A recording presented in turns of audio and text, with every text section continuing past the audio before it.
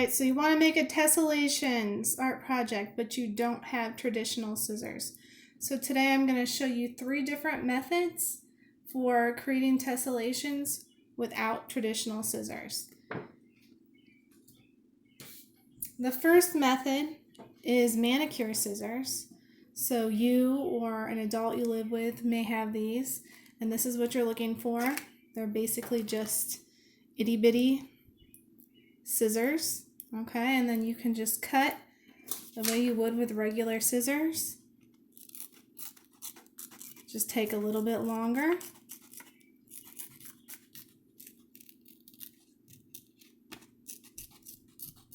Make sure you're trying to cut as neatly as possible. After you've cut that piece off, you're going to take it and just bring it up to the opposite end, and you're going to tape it on. You want to try to match up those corners the best that you can. You will need tape. Any kind of tape will work.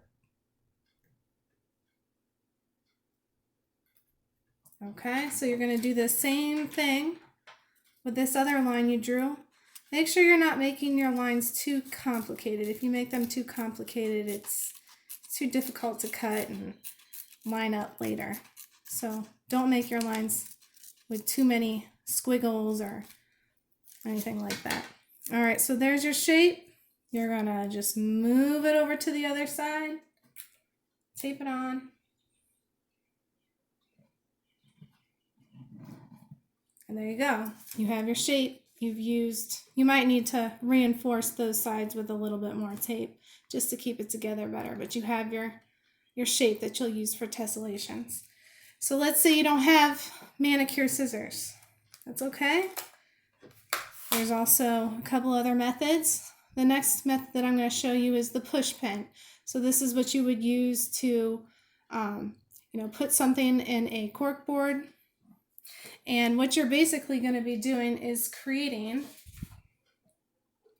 a perforated, see that, line where you can tear just like that. Okay, so you've seen this before, but you're going to use a push pin to create that. So what you're going to do is you are going to take the push pin right on your line, and you're going to just make a bunch. It's really hard to see. I know it's really tiny, but you're going to just make a bunch of little holes on the line until you get to the other side. This method is a little bit more time consuming, but it does get the job done. So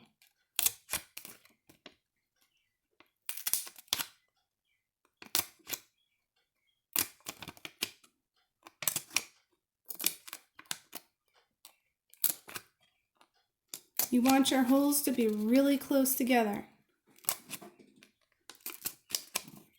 If you don't put them close together, your paper might tear in a direction that you don't want.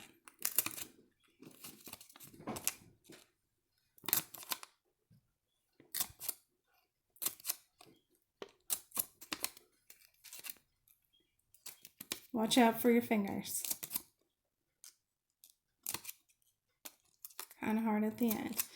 All right, so I've done that whole line. So now I'm going to very carefully, taking my time and keeping my fingers very close together, tear on my perforated line that I made.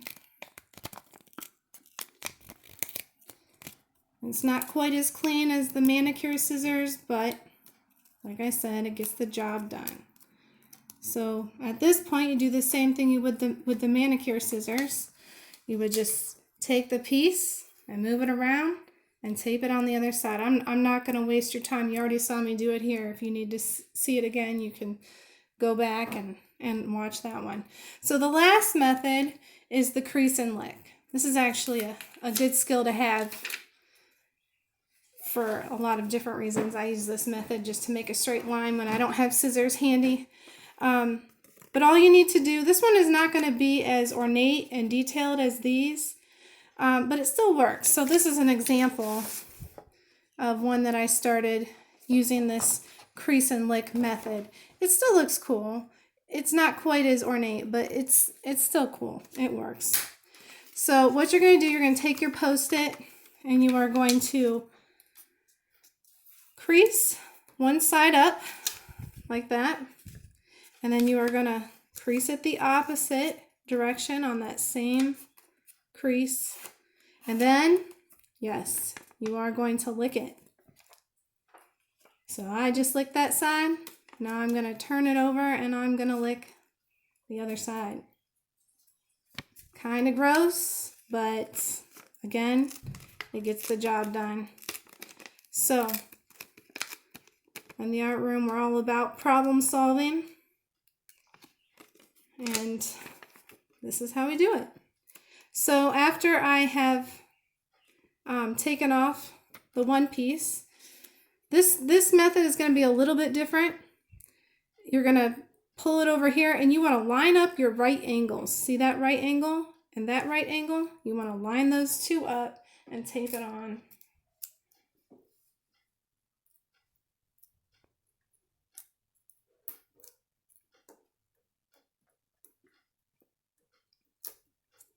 All right, so now I need to do this little corner over here. So I'm going to take my paper, I creased it, okay, so now I'm going to lick, then I'm going to turn it over, and I'm going to lick the other side, and I'm going to rip it off very carefully, keeping my fingers close together. Now I'm going to just line up the right angles. That's the sticky part of the Post-it, so it's sticking to me.